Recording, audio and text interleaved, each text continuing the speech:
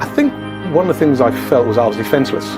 Well, remember when I started, there was only 2 or 3 black faces, and that was it. What do you do when you've got a bank of thousands of people shouting abuse at you? The only thing a serious to say on a regular basis, I'll show them. I can achieve this, I can achieve that. In the 70s, there was this massive explosion because we could not deny talent.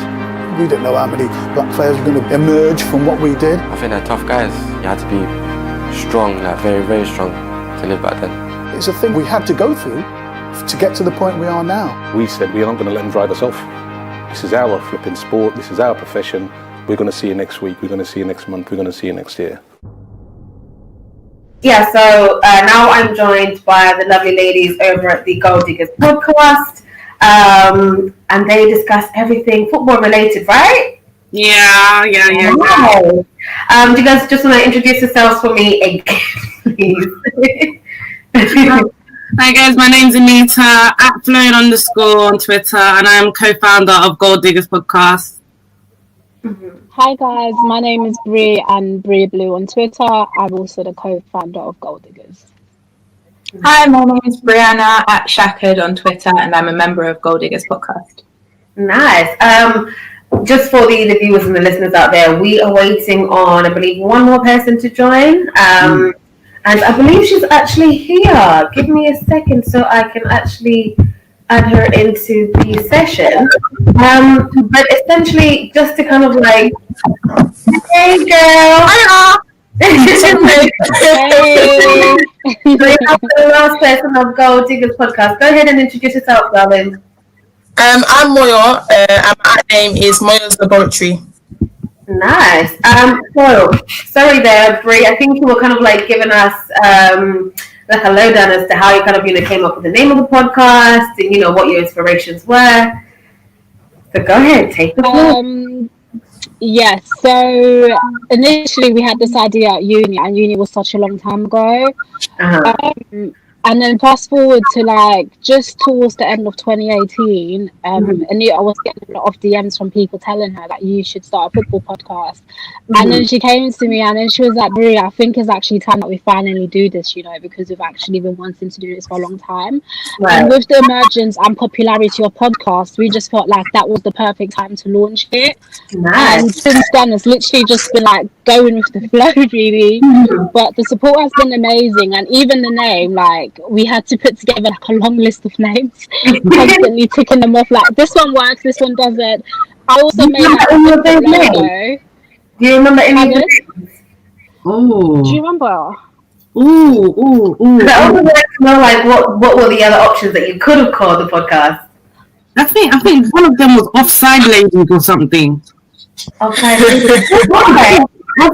Yeah, we need to find it. But also, I think you guys did a very, very good job again with the Gold Diggers one. So where does your interest in football come in? How did you guys get interested in all of that? And okay. But football is literally, I feel like I speak for everyone here, that football's literally just been ingrained into us from a very young age. I don't know Moyo's particular story. I'm sure a lot of people have heard my story. Moyo, what's your story growing up in football? Mine was very much my dad. My dad is a really big football fan. He's one of the typical people that will still speak about, I remember this day in 1972 and this I remember this goal on the 56th minute. He's that kind of guy, which is why nowadays he gets so annoyed with certain things he sees in football, because it's just just even the way they play now, he's they didn't used to do this back in the day. Everyone knew how to do this and this. But it's just him. And then going to matches when I was younger, and then obviously still going to matches now. It's been good. Oh, that's amazing. Did you guys ever play football in school? Were you in your school's football team? Yeah. Oh, and how did you guys kind of find it being on the girls' football team? Was you guys taking it serious as the boys? Hell no. I remember when it was boys beat girls on the football pitch and stuff, and the boys would smack us 20-0, and they'll just mocking us, and they'll proper tackle you, they'll proper beat you were live on the pitch. Like, No. 7 years old, and you're kicking me on the floor. Like, have mercy. Mercy. And then it's like, we go to like little tournaments, and like we'll go. For me, I went David Beckham Academy, and that's where I found equality within the sport, because I only played with females, so I was a bit happy. And what about the other ladies? Was you guys in the football teams as well? Yeah, I was, because I grew up in Germany, so I was part of the girls' football team and the boys' one. Oh wow! And Okay. in the boys, yeah, in the boys' one, because like, I was friends with like everyone in class because of sports. It was so easy to play in the boys' team back then. But obviously now I wouldn't try it. I'm not mad. but back then it was just fun, and I was literally the only female, and I was always put in a defensive position. So I guess that's just what I've played as I've grown older, but I haven't played football in a long time. So yeah. That must have been like very interesting being the only girl. Yeah. Just thinking about it, it's crazy. But and I was the only black girl as well. Everyone is white. Oh Lord. Yeah, it's what about you, Brianna? What was your kind of like, how did you get into football? Well, for me, it was like from watching from a young age. Like, I have really early football memories. And like, it sounds weird, but my earliest football memory was when I was 2, and I was cheering for France in the Euros. I know, it's really random, but my uncle was the one that got me into football. So like, I used to always watch football with him, and like, he would get me football shirts. And like, I'm an Arsenal fan, but my mum was a Spurs fan, so like, he would always get me Arsenal shirts because she wouldn't buy them for me. And then that's how I became an Arsenal fan and a football fan. Oh, nice. Okay, fair enough. I mean, in school, like, I was pretty sporty, but I was more on like the boxing side. Like, football was just too much. You know, when you get to a certain age, you go through puberty, you borrow some things, and I was like, you know what? It's too much. I can't be doing this, running around on the pitch, like, just no. So for me, football has been one of those things that I love watching, and I can honestly like watch people as they're watching it, but playing it, that's where we cut the line. I'm like, no, leave me out of it. Right, simple as that. He didn't have all that much confidence. I don't think he's got total confidence at the moment, even now. I remember playing at Carlisle, and he said, I thought I told you to warm up. I said, well, I have been warmed up, but they're throwing bananas, eggs and pears at me. He went, you get back out there and get me 2 pears and a banana. And I got up, like I would do, young lad, 17, got out and did. Then he pulls me afterwards and says, you let people like these dictate to you, you're never going to have a career. Britain was a country divided and in recession, with a prominent far right that saw football as a place to recruit. I remember going to places like West Ham and Chelsea, National Front round there with the leaflets. Authorities did nothing about it. As the 70s progressed, a group of players too brilliant to ignore braved the abuse and began to break through. West Brom took what was then the highly unusual step of including 3 black footballers in their side: striker Cyril Regis, winger Laurie Cunningham and fullback Brendan Batson. So the reason I wanted you guys to join in this live virtual podcast festival is because obviously with the current the way life is at the moment, with the Black Lives Matter movement, just shaking up a lot of the foundations, people speaking out on their experiences with racism. I really wanted to talk to you guys about racism in sport and, what you guys kind of thought of. One of the questions I kind of drafted up, one of the questions I kind of wanted to kind of delve into is, do you guys think that sport should sport include politics? Ooh. Considering that sports is meant to be, a form of entertainment that just kind of alleviates the pressures of daily life and, what goes on in society. Do you guys think that those should then be integrated, obviously, in light of the Black Lives Matter movement and, what certain players kind of go through? I feel like if anything that involves politics that you can see happening right in front of you, I don't necessarily think it should be avoided just because sports is a getaway from, from life, really. I I don't think it should be avoided. I think where we can incorporate it, we should incorporate it. Like this Black Lives Matter situation, I think it's being well incorporated into sports right now because we see what's happening on the streets. Like we see that Black people are being subjected to police brutality, and it's not just that. Like it goes further than police brutality. It's societal as well. And I'm so sure, like even though our specialty is football, so I can just speak from like more of a football perspective. In football, we see the racism and the racist abuse that a lot of football players are getting. So the political front to avoid it would be, contributing to the problem. In my opinion, I don't know. I don't think it should be avoided. I think definitely they should come together. Yeah. And what do you ladies think? Can I just... Yeah, I wanted to even say that I totally agree with Anita that I shouldn't be avoided at all. And it's actually happening in other sports as well. And funny enough, I actually wrote a dissertation about that just 3 years ago. And I came across it the other day, and then I realized that, oh my god, like this dissertation is as relevant today as it was back then. Because when I was reading newspaper articles about, let's say, Serena Williams, for example, she's a prime example of a person that's been through racism since the moment she stepped into that onto that tennis court. And till this day, she's still experiencing the same amount of racism that she was getting back then, if not even worse. So I definitely think that if there's a way for it to be integrated, like this whole Black Lives Matter movement, into other sports, that would be amazing, because then that goes on to show that these major organisations are actually behind us and want it to end. So that's just my take on it, really. And what do you, Brianna, or Moya, think about that? Well, for me personally, I think that, I agree with what's been said, definitely. I think one thing that people I think a lot of the time people try and make the detachment between the two because of the way that the politics side of it is delivered. Whereas we're being governed by politics in our normal life. So like, why should we choose this particular instance of sport to like detach ourselves from it again?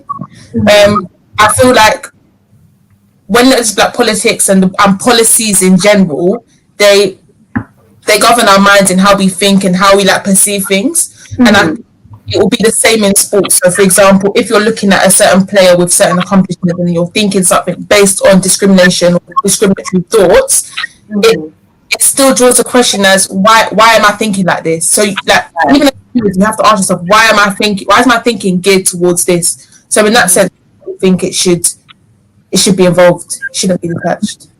Definitely. I mean, because for me personally, like it always just broke my heart when time and time again I would always kind of log into the socials or even just on the news and seeing either Casta Semenya, newspaper that absolutely trashing her name, trashing her, sexuality, trashing her gender, trashing her looks.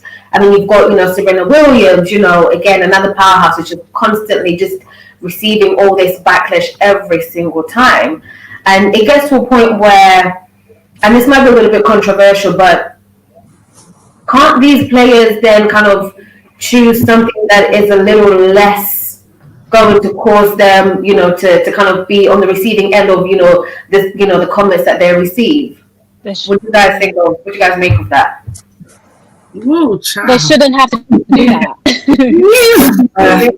Right. I think as oh, sorry, go on. No, go on, babe. Huh? I think as well, like, like, even when like acts of racism happen and things like that, and then people say, how would it be if every single black athlete decided not to partake in the sport, even for just a season of not partaking in the sport? And I think, I'm not saying that should be the step that they should take. Obviously, it's a decision at the end of the day. Like, you shouldn't be forced to do that. But at the same time, I think just even questions like that make organizations think about how much value is added by having... Right. Because at the end of the day... Sorry, I interrupt you there. What I was saying was, because at the end of the day, these players are racking in millions of money for these, sports. These teams that either aren't supporting them, they're not, aiding them in terms of, telling the press to kind of, relax and, calm down and, criticisms. So that's why, to me, it's like, why do you kind of still want to prevail and still want to make money for them when they're doing absolutely fuck all to support you and to help you and to protect you? Because, you know, other people probably know, like Raheem Sterling, he's had a few things, you know, thrown at him, you know, during the match. And, you know, the Premier League ain't doing nothing, well, as far as we can tell. Yeah. That's why I kind of, you know, came up with that question, because the thing is with me, and I bring this up quite a lot to people, and they do get a bit uncomfortable around it, but I asked the question, if you take away the black players from football, from any type of sport, if you take away black players, what do you have? Right. You have such a boring sport, and it's a harsh reality that a lot of people do not want to face. If, for example, our England team right now for even athletics and even football right now, if you take away all your black contestants, all your black players right now, where does that leave you? You are in absolute deep shit. That's what you are in. And it's like, if you know our value to your sport, then you defend us. Defend us adequately. Don't just put a statement out there saying we support Black lives, we do this, and then have an entirely white governed board. Don't have that. Don't do that. Yeah, create a separate board, and to be honest, it goes for players as well. You see racism happening, then you do something about it personally too. Like, I'm so passionate about this because I just feel like players themselves don't help themselves. Right. Like, for example, Raheem Sterling, I'm such a huge fan of him, but if he does what Mario Balotelli does in Italy, Mario Balotelli, whenever he is racially abused, he walks off the pitch regardless, and no one's stopping him. If Raheem Sterling did that in England, I can guarantee you millions will be put into stopping racist attacks. Millions. And it's just, it doesn't get done, and it really just hurts my feelings because these players don't understand the power they have. Whereas in basketball, they understand the power that they have. The black players know. If the black players came together and said they ain't going to play, the NBA will be fuming, and the NBA will do something about it. I think, was it LeBron James that said one time he weren't going to play or something like that? The NBA, they were all over it. They were all over it. Right. I mean, because, and then you see players like Colin, I can never say his name, Kaepernick.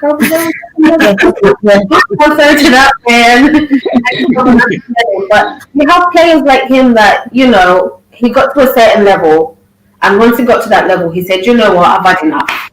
And ever since he took that knee, endorsements have been coming in. He's not lost his status, he's not lost his power in the community or in the sports community, as well as the activist side of things.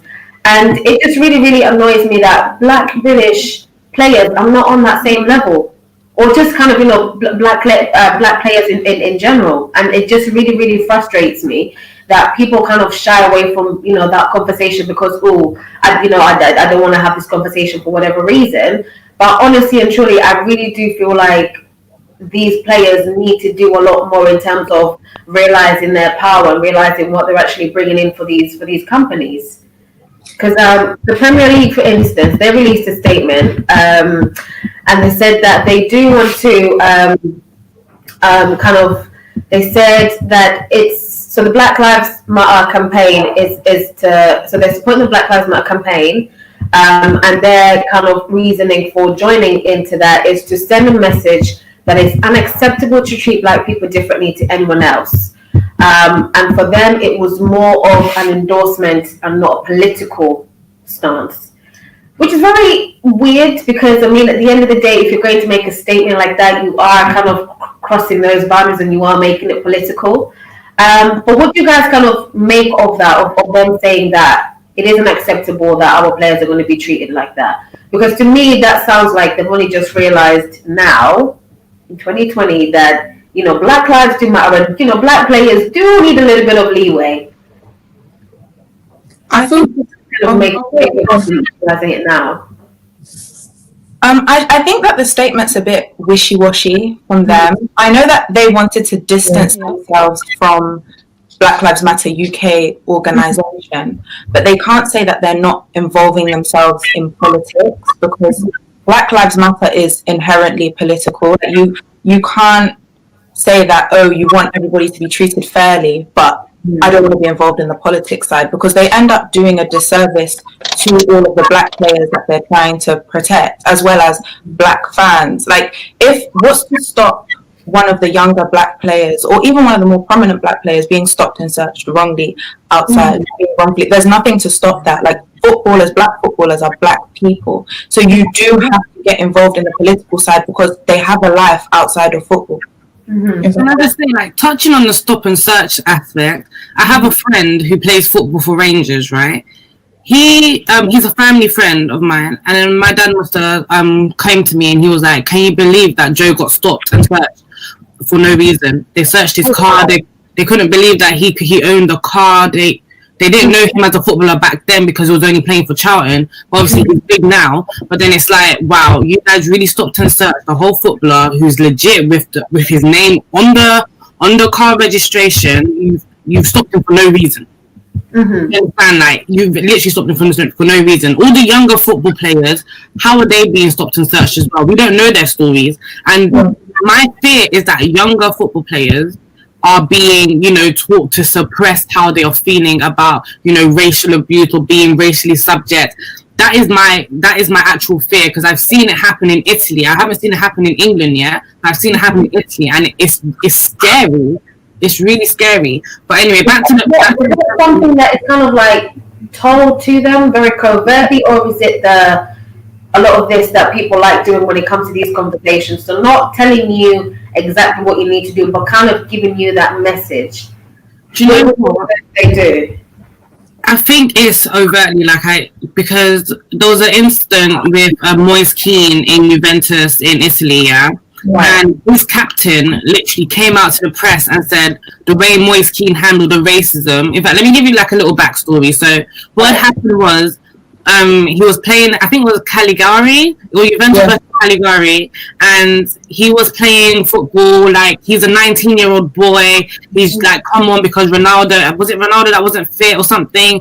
He wasn't fit. He's come on, and automatically monkey chants from the opposition fans. Monkey chants everywhere, throwing bananas, whatever. He now comes on, he scored the last goal to make Juventus win. And then to silence the racism, he literally went to the stand of the opposition and he stood in front of them, celebrated like this, literally just like that. And he put his hands out like that. And then instead of his captain to embrace him, his captain pulled him back, and his captain was telling him not to do that type thing. And then when it came to the post-match conferences and post-match interviews, he said, yeah, Moise Kean acted inappropriately. He knows that it's half the fans and half him. It's not only the fans' fault. He shouldn't be treated. He shouldn't react to the fans like that. Blah blah blah blah blah. And it's like, he even mentioned Moise Kean knows how he's meant to react to the fans. So what are you telling him?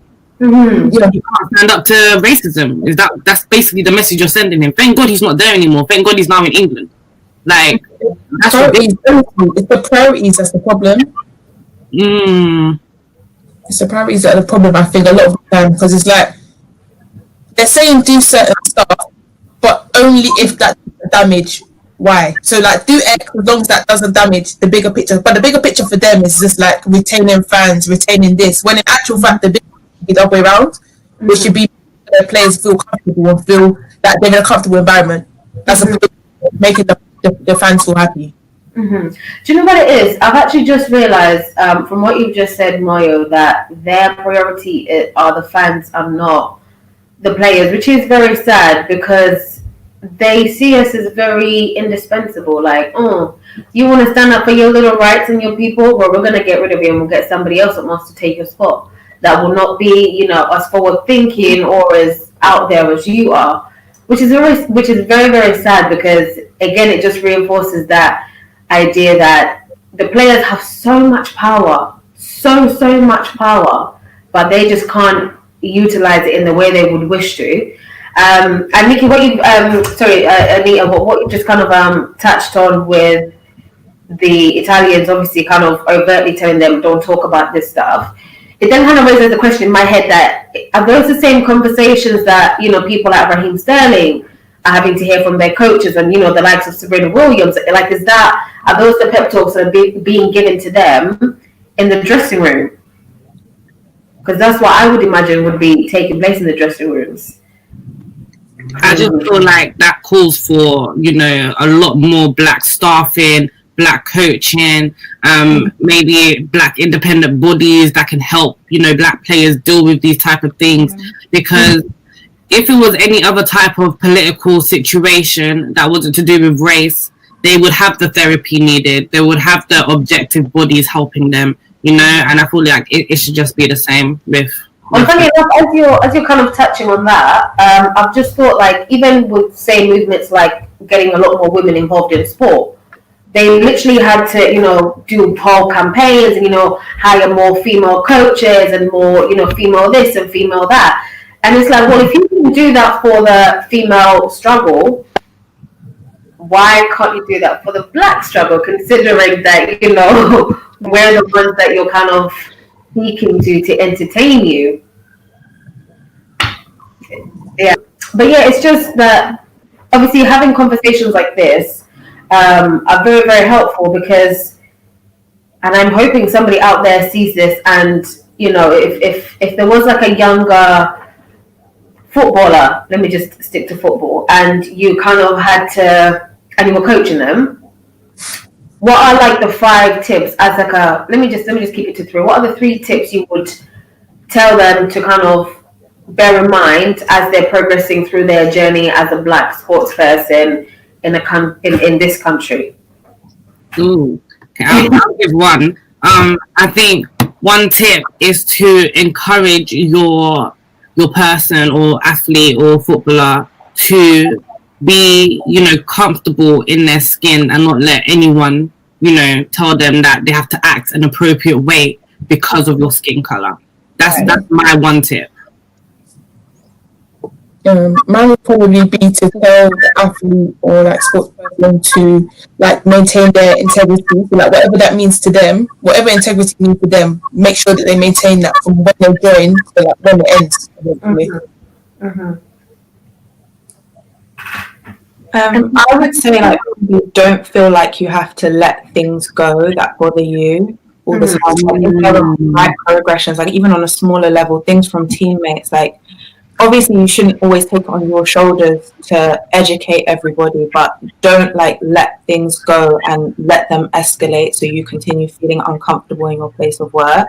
Yeah. You know what? It's actually so mad because it actually is your place of work. Like it actually is, yeah. Yeah, because you're essentially being told, don't come here and complain about your little rights. Yeah. So relax. Be glad and happy that you're here. And what about you, Bree? Do you have any tips? Or would you have any tips? Oh, everyone's tip was so good. Could you reiterate the question again, please? Because it broke up. The question was, if you were either coaching a young sports person, a young footballer, what are the kind of tips that you would offer them as they navigate through as a black sports person? I mean, the girls have already mentioned like your integrity and stuff. I would also say that try to be the best as possible as well. Because like, when you're the best in what you do, unfortunately, that's when you tend to be respected more as well. If you look at sports, and don't let whoever your teammates get to you as well. Like Brianna said, so it's pretty much like what the girls said. Yeah. Okay, nice. And then the last kind of thing I wanted to touch on was, I really feel like the reason why some of these black players don't really get involved in the politics side of things is kind of purely because of, obviously, you know, things we've mentioned before, so with the coaching and, you know, whatnot. But I also feel like there's this weird disconnect between young black men of this generation and the civil rights movement or the Black Lives Matter movement. Because I don't know about you guys, but I've noticed that anytime there's been like some kind of new hashtag that's come out to kind of highlight a particular movement or a particular issue in society, it's always been black women all the time. I was thinking to myself, why is it always black women? Because obviously back in the day, it was always the men that were at the forefront of it. And even when, particular actors or singers or, sports people in the past, even when they were kind of victims of, racism and whatnot, the men were always kind of, at the forefront, helping the women to push this narrative. Yeah. I'm kind of thinking that maybe the reason why there hasn't been that much change, these conversations happening, is because of that disconnect between black men and the civil rights movement. Do you know, that is a good point, and I agree and disagree with it. So I agree I agree in the stance that, black men are more disconnected to the whole movement, as opposed to, like, let's say, like Martin Luther King days, as opposed to them days. But I disagree as well, because I also think that they are quite connected to the movement right now as you speak. So, like, I think personally, I don't want to get generational, but I just feel like there was a generation before all of us that basically effed up the base for black people. I can't speak on how, because I don't know how and I don't know why. I don't know what happened. I don't know. I feel like we had a sniff of equality and we took our foot off the tiger's neck. I feel like that's what happened. And now that things are getting worse progressively, like, we're basically going back in society. We're basically, like, saying, okay, our people are getting killed, enough is enough. And it's up to our generation to turn that around. And I feel like more men are coming out, like, as leaders in this civil rights movement. Like, even though, like, some of them are coons and we don't support them, like, yeah, it's unfortunate. There are a couple of them. But you see, like, people, like, in football, especially, like, Raheem Sterling, Jadon Sancho, like, these are the stars of England supporting Black Lives Matter. They've now started to dig out, comments. Even Ian Wright, they've started to dig out comments where people are being racist. They're like, this guy's being racist. Here you go, take him down. Like, big up them, because it's really coming back to fruition, and big up the women that have been trying to lead the forefront these last few years, because there has been a generational absence, in my opinion. But I just feel like it's down to the fact that we were given a little bit of equality, took our foot off the tiger's neck, and then now we're back where we started. What did the other think?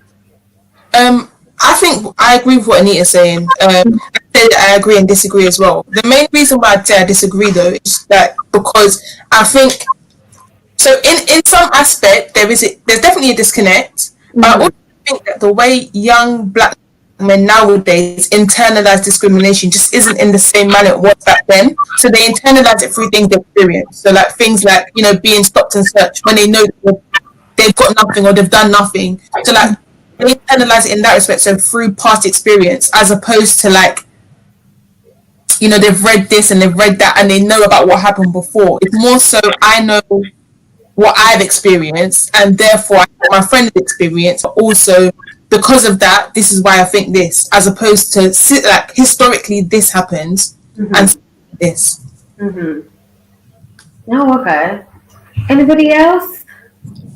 I understand where you guys have come from, but I don't really agree, mostly because I feel as if the big issue for us here is that most of us are first, second, or third generation. So, like, I don't feel as if the civil rights movement for us is necessarily the same. It's okay. I don't think that the issue is exactly the same for black men and black boys here. And I do feel as if there are women definitely at the forefront. I do agree with that, at the forefront of all the movements. But I think that it shouldn't be down to, in a sport context, black footballers to have to be brought up as, like, the community leaders. Because, like, entertainers, footballers, sportsmen, they shouldn't be made accountable for sort of bringing about social change and social justice. They should facilitate as visible figures, but we shouldn't always, like, everyone always looks to footballers or looks to singers or looks to rappers, and that isn't really the case for any other group. So I feel as if sometimes it's a bit unfair to try and like get people who are already dealing with, like, it's not just sort of racism on the street, like it's racism at work, racism at home, racism from people criticizing them. Like, I don't think it's fair to sort of pin that on them. But you know what? The only reason why I would pin that on them, yeah, is because when you think of black people in power to do something, those are the people that I think of. Like, unfortunately, we aren't blessed with a lot of black people in power in politics, and it's like, apart from politics, what else do people listen to about black people? Sports, something that is as important as politics in this day and age, more important than music, more important than working. It is sports, because sports is a community thing.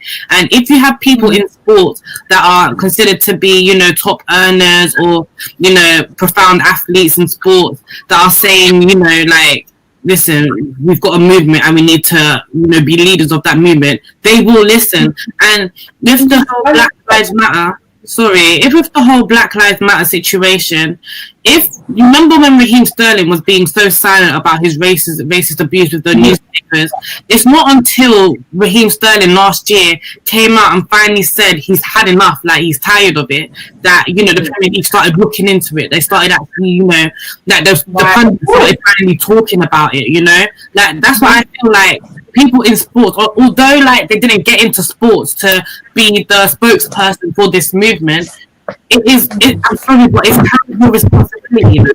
And if you are truly down for change, you'll kind of like take that in and you'll help the movement as much as you can, in my opinion. I hear that. I mean, I definitely would agree with, I don't know if it's my connection or my laptop overheating, y'all. I am so sorry. I think it's lagging a little bit.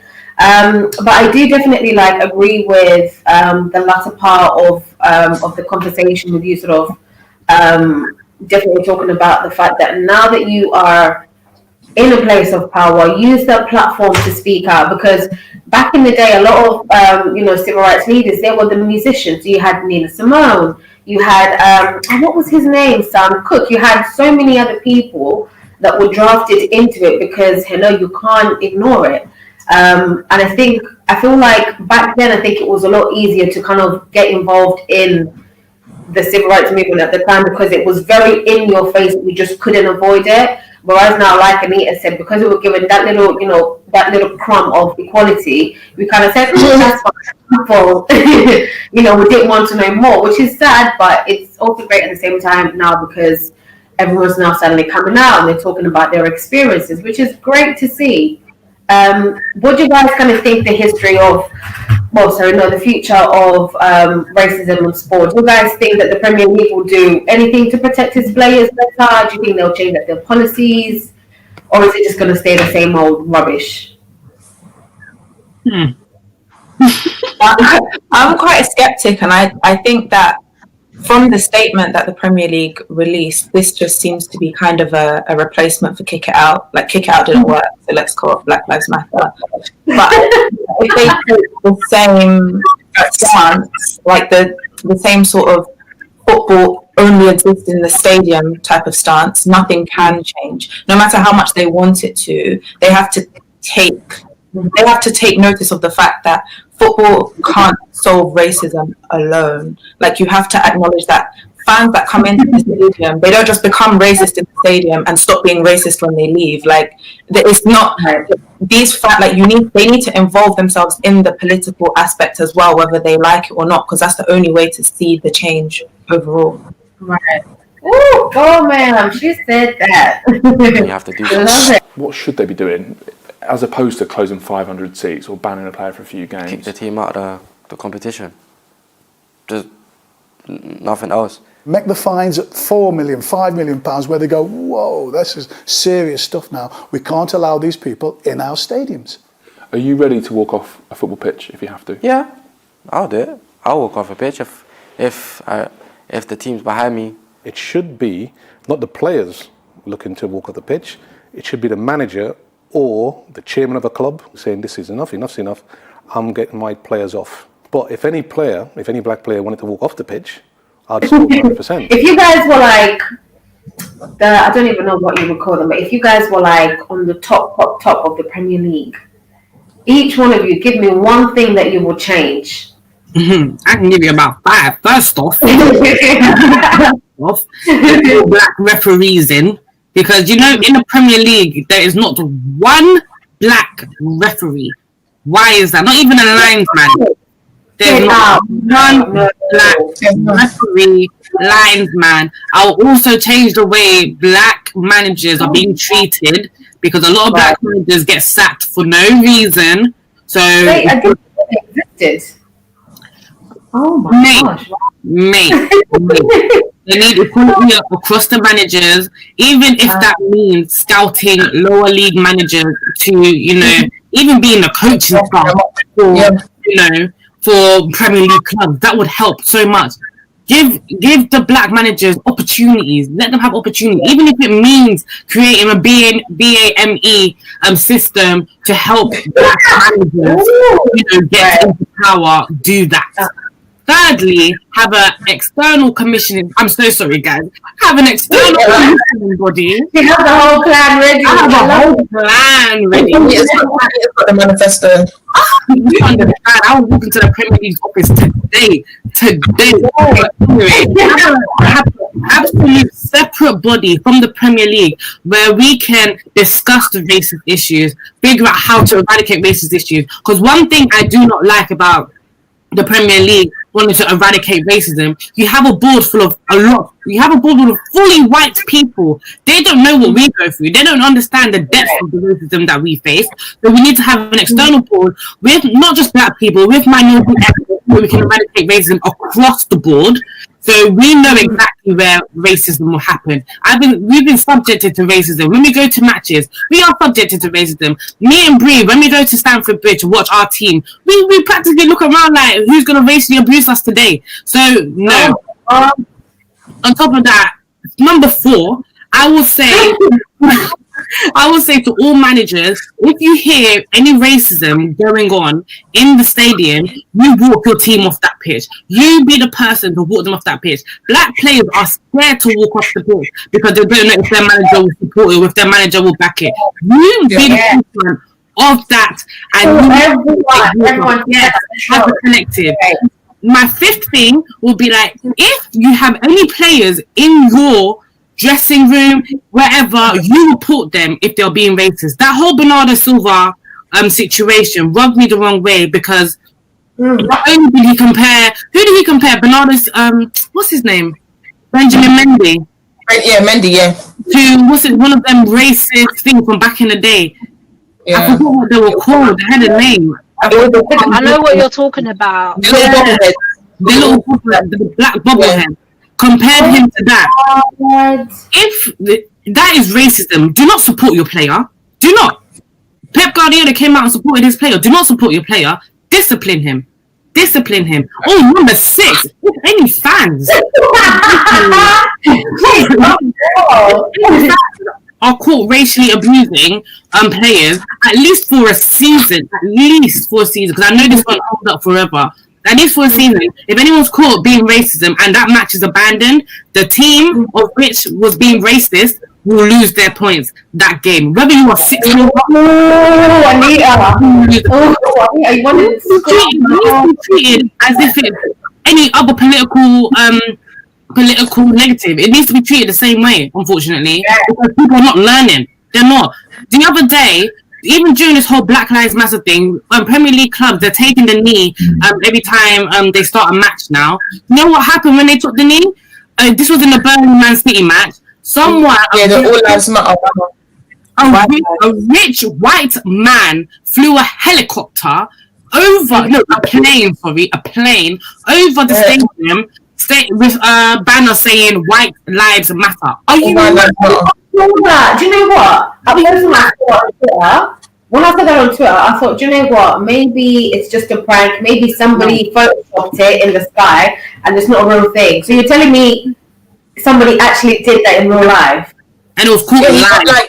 Apparently he runs like a group, and then like he got like the members of the group to like chip in for the playing, and it's literally. But what made no sense is that like, I don't know who he was doing it for, because he just like disgraced everyone, disgraced the club, he disgraced them. It's like exactly. No one who thought Black Lives Matter would see that and be like, oh, maybe they don't. Like, there was no none. That is crazy. I actually really thought for a second that it was just a Photoshop thing and it was just what people create. That is crazy. That is so crazy. But do you guys, do any of the other ladies have any quick tips or any quick ideas? I'm It's all right. I'm a Vanita, to be fair. I think that covers everything. Literally done. Anita has said it all. Yeah. The only one thing which you included, but I'd elaborate on is that, you know how in internationals they have that sort of like 3-strike rule where if you're caught being racist, then there's a and if it happens again, we just cut that out. As soon as there's racism, match done. Okay. Until the person found and ejected. Yeah. That whole concept, imagine if you followed it in your workplace. Don't do nothing until the third time you're racially abused. Right. You know what? I really keep forgetting that for these Black players, this is your workplace, and they're telling you, shh, we don't want to hear about you and your little rights that you want to have. No, stop it. Crazy. Because if I was into context, crazy.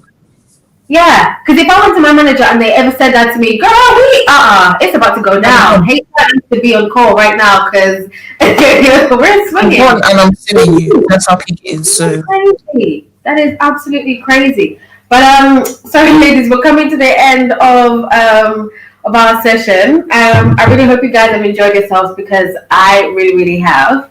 And I can't wait to actually put this out so people can see it on the live. How are you guys feeling now? We've come to like the end. I'm heated. I want to do something about all of this. I'm just I know.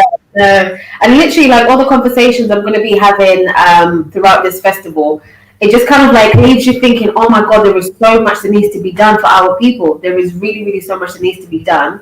But it's great to really see that people are realizing their power and they're actually doing and being very proactive in doing something about it. So go us, go this generation. But ladies, where can our listeners find you if they want to listen to your football reviews and discussions and all of that? Where can they find you?